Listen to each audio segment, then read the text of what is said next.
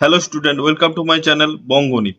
তো আজ নিয়ে চলে এসেছি নবম শ্রেণীর রায়মার্টিন প্রশ্ন বিচিত্রার দ্বিতীয় পর্যায়ক্রমিক মূল্যায়নের 10 নম্বর স্কুলটির সমাধান নিয়ে। তো মডেল 10-এর আমরা অঙ্কের সমাধানগুলি দেখে নেব। তো পরপর তোমরা সমাধানগুলি দেখে নাও। তো একের দাগে বলা হয়েছে সঠিক উত্তরগুলি নির্বাচন করো। দেখো, প্রথম প্রশ্নটি কি আছে যে একটি ঘড়ি 200 টাকায় কিনে 30% লাভে বিক্রি করলে বিক্রয় মূল্য কত হবে? ঠিক আছে, তাহলে সমাধানটা দেখে নেওয়া যাক। ঘড়িটি বিক্রি করে কি 30% লাভ হয়, তাহলে কি লিখতে পারি? যদি ক্রয় মূল্য 100 টাকা হয় তাহলে বিক্রি করে 30% লাভ হয়, মানে 100 টাকার উপর 30 টাকা মানে বিক্রি করেছে কত টাকায়? 130 টাকায়। তাহলে ক্রয় মূল্য 1 টাকা হলে বিক্রয় মূল্য কত? 130/100। তাহলে ক্রয় মূল্য যদি 200 টাকা হয় তাহলে বিক্রয় মূল্য কত হবে? তাহলে 130/100 গুণিতক 200, 200টা গুণে যাবে। ঠিক আছে, তাহলে কাটাকাটি করলে কি হচ্ছে? 0 0 একটা করে কাটছে। ঠিক আছে, 200-র সঙ্গে তুমি এভাবেও কাটতে পারো যে 100 2-এ 200। ঠিক আছে, তাহলে 13 দুগুণে 26 অর্থাৎ 260 টাকা। এইটা হয়ে যাবে উত্তরটি। তো তোমরা দেখে নাও উত্তরটি, তাহলে এটা সঠিক হয়ে যাচ্ছে। দেখে নাও, আমাদের অপশন ডিটা সঠিক হচ্ছে 260 টাকা। এরপর চলে আসবো আমরা একের দুয়ের দাগের প্রশ্নে। দেখো যে এবিসিডি রম্বসের কোণ এসিবি 40 ডিগ্রি হলে কোণ এডিবি এর পরিমাপ কত? ঠিক আছে, তাহলে দেখে নেওয়া যাক উত্তরটি।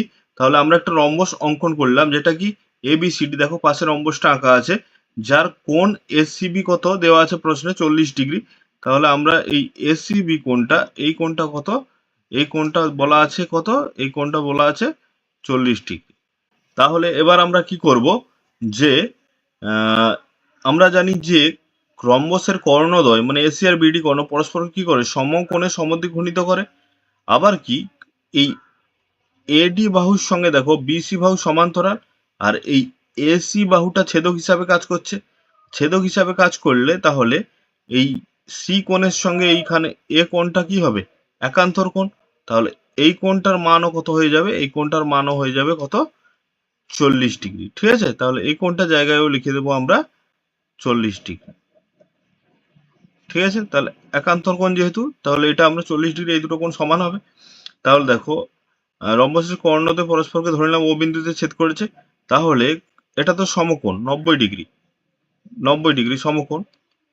তাহলে এই ত্রিভুজটার একটা কোণ দেখো, এই কোণটা 40, এই কোণটা 90, তাহলে এই ডি কোণটা কত হবে? তাহলে কোণ এডিও অর্থাৎ এই ডি কোণটা, তাহলে দেখো সিএওটা একান্তর কোণ হওয়ার জন্য সেটা 40 আমরা দেখলাম, এই যে 40 এই কোণটা, আর এওডিটা 90। তাহলে এডিও, ঠিক আছে, এই কোণটা এডিও অর্থাৎ এই কোণটা কত হয়ে যাবে? এডিও সমান 180 ডিগ্রি মাইনাস এওডি প্লাস ওএডি। তাহলে 180 ডিগ্রি মাইনাস 90 প্লাস 40, অর্থাৎ 90 আর 40 যোগ করলে কত? 130। তাহলে 180 থেকে 130 বাদ দিলে 50 ডিগ্রি। তাহলে কোণ এডিবিটা কত? এডিবিটা, এই এডিবিটা মানেই কি? এই এডিবি মানেই এডিও মানে এডিবি। তাহলে এডিবিটা কত হয়ে যাচ্ছে? 50 ডিগ্রি। তাহলে এটা আমরা সঠিক উত্তরটা কত হয়ে যাবে? 50 ডিগ্রি, অর্থাৎ অপশন এরটা সঠিক হয়ে যাচ্ছে। তো দেখে নাও তোমরা উত্তরটি কিভাবে সমাধানটি করা আছে। এরপর চলে আসবো আমরা একের তিনের দাগের প্রশ্নে। একটি বৃত্তের কেন্দ্রের স্থানাঙ্ক দেওয়া আছে 0,0, আর বৃত্তের উপরিস্থিত একটি বিন্দু স্থানাঙ্ক দেওয়া আছে 3,4। তাহলে বৃত্তের ব্যাসার্ধ কত? তাহলে দেখে নেওয়া যাক উত্তরটি। দেখো, বৃত্তটি কেন্দ্রের স্থানাঙ্ক দেওয়া আছে 0,0, আর বৃত্তের উপরিস্থিত একটা বিন্দু এ ধরলাম, এর স্থানাঙ্ক দেওয়া আছে 3,4। তাহলে কেন্দ্র 0,0 আর বৃত্তের উপস্থিত বিন্দু 3,4। তাহলে বৃত্তের ব্যাসার্ধ মানে কেন্দ্র থেকে এই পরিধি পর্যন্ত দূরত্ব, অর্থাৎ ও এ সমান কত হবে? দূরত্ব নির্ণয়ের সূত্র x1 minus x2 whole square y1 minus y2 whole square. অর্থাৎ 0 আর 0, এটা x1 এটা y1, আর 3,4, 3টা x2 আর 4টা কি হচ্ছে? y2। তাহলে এই দুটোর মধ্যে দূরত্ব x1 minus x2 whole square y1 minus y2 whole square. তাহলে 0 থেকে 3 বাদ দিলে কত? মাইনাস 3 স্কোয়ার কত হবে? 9, আর মাইনাস 4 স্কোয়ার কত হয়ে যাবে? 16। 9 আর 4 যোগ 16 আর 9 যোগ করলে কত হচ্ছে? 25, 25, আর 25-এর বর্গমূল কত হবে? 5 একক। তাহলে বৃত্তটির ব্যাসার্ধের দৈর্ঘ্য হয়ে যাবে 5 একক, অর্থাৎ আমরা এটা অপশন এরটা সঠিক পাচ্ছি। ঠিক আছে, দেখে নাও উত্তরটি কিভাবে সমাধানটি করা আছে। এরপর চলে আসবো আমরা 1-4 দাগের প্রশ্ন। একটা সমদ্বিবাহু ত্রিভুজের সমান বাহুর দৈর্ঘ্য 5 সেমি আর ভূমির দৈর্ঘ্য 6 সেমি হলে ত্রিভুজটির ক্ষেত্রফল কত? তাহলে উত্তরটি দেখো যে সমদ্বিবাহু ত্রিভুজটির সমান বাহুর প্রত্যেকটি দৈর্ঘ্য কত দেওয়া আছে 5 সেমি আর ভূমির দৈর্ঘ্য দেওয়া আছে কত 6 সেমি। তাহলে ত্রিভুজটির ক্ষেত্রফলের সূত্র কি হবে? আমরা জানি ক্ষেত্রফলে কি হয়, সমদ্বিবাহু ত্রিভুজের হাফ ইন্টু ভূমি ইন্টু সমান বাহুর একটি স্কোয়ার মাইনাস ভূমির দৈর্ঘ্যের অর্ধেকের স্কোয়ার। তাহলে হাফ ইন্টু ভূমিটা কত 6 আর সমান বাহুর একটি স্কোয়ার কত হবে 5 স্কোয়ার আর ভূমির দৈর্ঘ্য অর্ধেকের স্কোয়ার কত হবে 6/2 তার স্কোয়ার। তাহলে half into 6 into 5 square minus 6/2 square মানে কত 3 স্কোয়ার। তাহলে হাফ ইন্টু 6 আর 5 স্কোয়ার 25 থেকে 3 স্কোয়ার বাদ দিলে কত 9 বাদ দিলে কত 25 থেকে 9 বাদ দিলে √16। এবার আমরা এখানে কাটলাম 2 3 6 অর্থাৎ 3 ইন্টু 16 বর্গমূল কত 16 বর্গমূল হয়ে যায় 4 অর্থাৎ 16 এই দুটো গুণ করে দেব 3 আর 4 গুণ করলে কত হচ্ছে 4 3 12 অর্থাৎ 12 বর্গ সেমি। তাহলে দেখে নাও উত্তরটি। তাহলে সমদ্বিবাহু ত্রিভুজটির ক্ষেত্রফলটা হয়ে যাবে 12 বর্গ সেমি অর্থাৎ অপশন বিটা সঠিক হয়ে যাচ্ছে। তো তোমরা পরপর উত্তরটি দেখে নাও কিভাবে সমাধানটি করা আছে, পরপর তোমরা উত্তরটি বুঝে নাও। এরপর চলে আসবো 2-1 দাগের প্রশ্নে। এক বিক্রয় মূল্যের উপর 20% ক্ষতিতে একটি দ্রব্য 480 টাকায় বিক্রি করলে দ্রব্যটির ক্রয় মূল্য কত? তাহলে আমরা এটা ত্রৈরাশিকের মতো করব। দেখো বিক্রয় মূল্য লিখবো আর ক্রয় মূল্য বের করতে বলছি, ক্রয় মূল্যটা এদিকে লিখবো। তাহলে বিক্রয় মূল্যের উপর 20% ক্ষতি হয়েছে মানে কি 100 টাকায় বিক্রি করতে 20 টাকা ক্ষতি হয়েছে, তাহলে ক্রয় করেছে কত টাকায় 120 টাকায়, তবেই তো 100 টাকায় বিক্রি করলে 20 টাকা ক্ষতি হবে। তাহলে যদি দ্রব্যটির বিক্রয় মূল্য 480 টাকা হয় তাহলে ক্রয় মূল্য কত? ঠিক আছে, তাহলে দেখে নেওয়া যাক উত্তরটি পরপর। তাহলে দেখো বিক্রয় মূল্যের সঙ্গে ক্রয় মূল্যের আমরা কি জানি সবসময় সরল সম্পর্ক হয়। তাহলে ক্রয় মূল্যটা কত হয়ে যাবে 120 গুণিতক সরল সম্পর্কে উল্টে বসে 480/100। এবার শূন্যগুলো কাটলে 100 একটা করে শূন্য কাটছে, শূন্য কাটলে 100 সঙ্গে একটা শূন্য কাটলো আর 120 একটা শূন্য কাটলো, তাহলে ওপরে কত হয়ে যাচ্ছে 12 সঙ্গে 48 গুণ করলে হচ্ছে 576 টাকা। তাহলে দ্রব্যটির ক্রয় মূল্য হয়ে যাবে কত? দ্রব্যটির ক্রয় মূল্য হয়ে যাবে 576 টাকা। ঠিক আছে, এইটা হয়ে যাবে উত্তরটি আমাদের। তো তোমরা উত্তরটি পরপর দেখে নাও কিভাবে 2-1 অঙ্কটি সমাধান করা আছে। এরপর চলে তোমরা 2-2 দাগের প্রশ্নে যে এবিসি ত্রিভুজের এডি মধ্যমা এসি বাহুর উপর পি এমন একটি বিন্দু যাতে ত্রিভুজ এডিপি এর ক্ষেত্রফল ত্রিভুজ এবিডি এর ক্ষেত্রফল 2:3 হয়, তাহলে ত্রিভুজ পিসিডি এর ক্ষেত্রফলের সঙ্গে ত্রিভুজ এবিসি এর অনুপাত কত?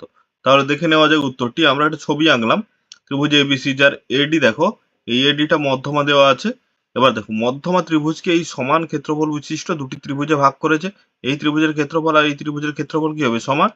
তাহলে আমরা মধ্যমার দ্বারা দুটি ত্রিভুজে দুটো ত্রিভুজ একটা এ বি ডি আর একটা এ সি ডি, এই দুটো ত্রিভুজ সমান। এই A B D A C D সেটা কি হাফ অফ ত্রিভুজ এবিসি অর্থাৎ ত্রিভুজ এবিসির অর্ধেক দুটো। এবার অনুপাত দেওয়া আছে দেখো ত্রিভুজ এডিপি, এই ত্রিভুজ এডিপি আর ত্রিভুজ বি এডিবি এর অনুপাত 2:3। ঠিক আছে, এই দুটো অনুপাত দেওয়া আছে 2:3। তাহলে দেখো আমরা লিখলাম যে ত্রিভুজ এডিপি আর ত্রিভুজ এবিডি এর অনুপাতটা কত 2:3 এটা দেওয়া আছে। তাহলে এখানে এডিপিটা কি থাকবে 2/3 ইন্টু এটা ভাগে আছে গুণে গেলে এবিডি। ঠিক আছে, আবার কি দেখো এসি বাহুর ওপর এই পি একটা বিন্দু, যে কোনো একটা বিন্দু পি বিন্দু হওয়ার জন্য দেখো এই দুটো ত্রিভুজ তৈরি হচ্ছে। এই দুটো ত্রিভুজ কি এডিবিসি এর দুটো ভাগ। তাহলে মোট এডিসি ত্রিভুজটা কি কি ত্রিভুজ নিয়ে গঠিত? দেখো একটা এডিপি আর একটা পিডিসি, ছবিতে দেখো একটা এডিপি আর একটা এই এডিপি আর একটা পিসিডি, এই দুটো ত্রিভুজ নিয়ে গঠিত। তাহলে এই দুটো ত্রিভুজ নিয়ে এডিপি আর পিসিডি এই দুটো ত্রিভুজ নিয়ে এসিডিটা গঠিত। এবার দেখো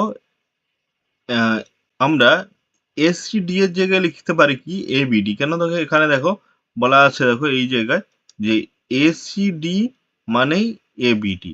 ঠিক আছে, এসিডি এর জায়গায় লিখতে পারি এবিডি। আর এডিপি যে লিখতে পারি কি 2/3 এবিডি। কেন? এখানে বের করা আছে এই এডিপি সমান কি 2/3 এডিপি। ঠিক আছে, আর পিসিডি যেমন আছে থাকলো। এখান থেকে এডিবিটা একই দিকে করে নিলাম। এখানে ত্রিভুজ এবিডি আছে, আর একটা এদিকে এলাম -2/3 এবিডি। এখানে পিসিডি যেমন আছে, এবার এবিডি দুটো থেকে কমন নিলে 1 - 2/3। এখানে পিসিডি যেমন আছে, এবিডি ইন্টু 1 থেকে 2/3 বাদ দিলে কত হচ্ছে দেখো 1/3 সমান পিসিডি। এখান থেকে পিসিডিটা ঘুরিয়ে লিখলাম, পিসিডিটা সামনে লিখেছি আর 1/3 এবিডিটাকে পেছনে করেছি। এরপর দেখো পিসিডি সমান কি 1/3, এই এবিডির জায়গায় লিখতে পারি হাফ অফ ত্রিভুজ এবিসি। দেখুন আগে বের করা আছে যে এবিডি সমান হাফ অফ ত্রিভুজ, এই এবিডি সমান দেওয়া আছে দেখো হাফ অফ ত্রিভুজ এবিসি। ঠিক আছে, তাহলে এই এবিডির জায়গায় লিখতে পারি হাফ অফ ত্রিভুজ এবিসি। বুঝতে পারছিলে? তাহলে এবিডির জায়গায় ত্রিভুজ হাফ অফ এবিসি লিখলাম। এবার পিসিডি সমান এই 1/3 সঙ্গে 1/2 গুণ করলে 1/6 এবিসি। এবার এবিসিটা গুণে আছে, এদিকে ভাগে এলে হচ্ছে পিসিডি বাই এবিসি সমান 1/6। তাহলে পিসিডি আর এবিসির অনুপাতটা কত হয়ে যাবে 1:6। ঠিক আছে, এটা হয়ে যাবে উত্তরটি। অর্থাৎ আমরা অ্যান্সারটি পেয়ে যাচ্ছি কত 1:6। ঠিক আছে, দেখে নাও তোমরা উত্তরটি কিভাবে সমাধানটি করা আছে, ছবি থেকে পরপর বুঝে নাও কিভাবে সমাধানটি করা আছে। এরপর আমরা 2-3 দাগের প্রশ্নে চলে আসব যে এক্স অক্ষের বিপরীত দিকে দুটি বিন্দু স্থানাঙ্ক লেখো যাদের এক্স অক্ষ থেকে দূরত্ব সমান। তাহলে দেখে নাও উত্তরটি। এক্স অক্ষের বিপরীত দিকে দুটি বিন্দু হলো 2,5 আর 3,-5। ঠিক আছে, এদের দূরত্ব এক্স অক্ষ থেকে সমান হবে। কি করে দেখো, আমি 2,5 বিন্দু নেই, তাহলে এদিকে এক্স এর দিকে 2 ঘর এলো, আর এক্স এর দিকে আসবে 2 ঘর, আর ওয়াই এর দিকে আসবে কত, ওয়াই এর দিকে যাবে এক্স এর দিকে 2 ঘর, ওয়াই এর দিকে যাবে 5 ঘর। ঠিক আছে, তাহলে এটা হবে 2,5। আর যদি আমরা 3,5 বসাই, তাহলে এক্স এর দিকে আসবে 3 ঘর, আর ওয়াই এর দিকে আসবে আবার 5 ঘর। তাহলে 3,-5 বসালে, তাহলে দেখো 2,5 বিন্দুটাও এক্স অক্ষ থেকে 5 একক দূরে, আর 3,5 বিন্দুটাও এক্স অক্ষ থেকে 5 একক দূরে। তাহলে তাহলে এক্স অক্ষের বিপরীত দিকে দুটো বিন্দু কি হয়ে যাবে, একটা 2,5 আর একটা -3,5, যাদের দূরত্ব এক্স অক্ষ থেকে গিয়ে সমান। এরপর চলে আসবো আমরা 2-4 দাগের প্রশ্নে যে কোনো বর্গক্ষেত্রে অন্তর্বৃত্ত পরিবৃত্তের ব্যাসার্ধ কত। দেখো বর্গক্ষেত্রে একটা ভেতরে বৃত্ত এঁকেছি আর একটা বাইরে বৃত্ত এঁকেছি, ছবিতে দেখো। বর্গক্ষেত্রে বাহুর দৈর্ঘ্য এ ধরলাম। তাহলে দেখো বর্গক্ষেত্রের অন্তর্বৃত্তের ব্যাস মনেই বর্গক্ষেত্রের বাহু। এই ভেতরের বৃত্তের ব্যাসটা কি হচ্ছে, ভেতরের বৃত্তের ব্যাসটা হচ্ছে যে বর্গক্ষেত্রের বাহুর সঙ্গে সমান। আর বাইরের বৃত্তের ব্যাসটা কি হচ্ছে, এই বর্গক্ষেত্রে দেখো এই কর্ণের সঙ্গে সমান বাইরের বৃত্তের ব্যাসটা, বর্গক্ষেত্রের কর্ণের সঙ্গে সমান হচ্ছে। ঠিক আছে, তাহলে অন্তর্বৃত্তের ব্যাস মানে বর্গক্ষেত্রের বাহু, মানে লিখলাম। তাহলে বর্গক্ষেত্রের বাহু দৈর্ঘ্যটা দেওয়া ধরেছি এ, আর পরিবৃত্তের ব্যাস মানে বর্গক্ষেত্রের কার সঙ্গে সমান হচ্ছে, কর্ণ, অর্থাৎ √2a। এই কর্ণের সঙ্গে পরিবৃত্তের ব্যাসটা সমান আছে কর্ণের সঙ্গে √2a। তাহলে বর্গক্ষেত্রে অন্তর্বৃত্ত পরিবৃত্তের ব্যাসার্ধ অনুপাত কি হবে, অন্তর্বৃত্তের যেহেতু ব্যাস এ, তার ব্যাসার্ধ হবে কত a/2, আর পরিবৃত্তের ব্যাস কি √2a, এর ব্যাসার্ধ কত হবে √2a/2। ব্যাসকে 2 দিয়ে ভাগ করলে ব্যাসার্ধ হয়, উভয় পক্ষে a/2 ক্যান্সেল হচ্ছে, তাহলে এখানে থাকছে 1 আর এখানে a/2 ক্যান্সেল হলে হচ্ছে √2। ঠিক আছে, উভয় পক্ষে a/2 কেটে গিয়ে উত্তরটা আসছে 1:√2। দেখে নাও উত্তরটি কিভাবে সমাধানটি করা আছে, পরপর ছবির সঙ্গে মিলিয়ে তোমরা বুঝে নাও। তো ছাত্রছাত্রীরা এভাবে সহজ সরল সঠিক অঙ্কের সমাধান পাওয়ার জন্য অবশ্যই তোমরা কিন্তু চ্যানেলটি সাবস্ক্রাইব করে রাখবে আর বন্ধুদের সঙ্গে শেয়ার করে দেবে, যাতে সবাই সঠিকভাবে অঙ্কগুলো শিখতে পারে। এরপর চলে আসবো আমরা 2-5 দাগের প্রশ্নে। 70 থেকে 105 একটা শ্রেণী দেওয়া আছে, আর এর পরিসংখ্যা দেওয়া আছে 7। তাহলে পরিসংখ্যা ঘনত্ব নির্ণয় করো।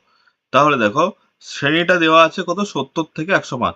তাহলে শ্রেণী দৈর্ঘ্য কত হবে, ঊর্ধ্ব সীমা থেকে নিম্ন সীমা বিয়োগ করলে কি পাবো, শ্রেণী দৈর্ঘ্য পাবো। তাহলে 105 - 70 মানে 35টা হবে শ্রেণী দৈর্ঘ্য। আর পরিসংখ্যাটা অঙ্কে দেওয়া আছে কত 7, এই পরিসংখ্যাটা দেওয়া আছে 7।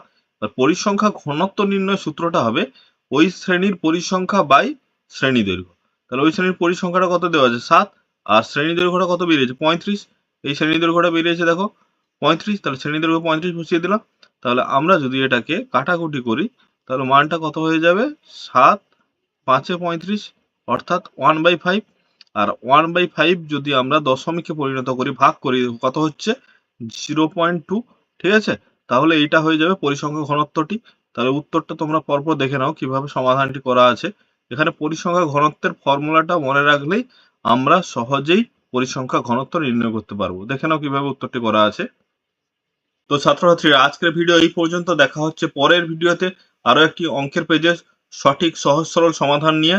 তো তোমরা অবশ্যই চ্যানেলটি সাবস্ক্রাইব করে রাখো এবং বন্ধুদের সঙ্গে শেয়ার করে দাও এভাবে সহজ সরল সমাধানগুলি পাওয়ার জন্য।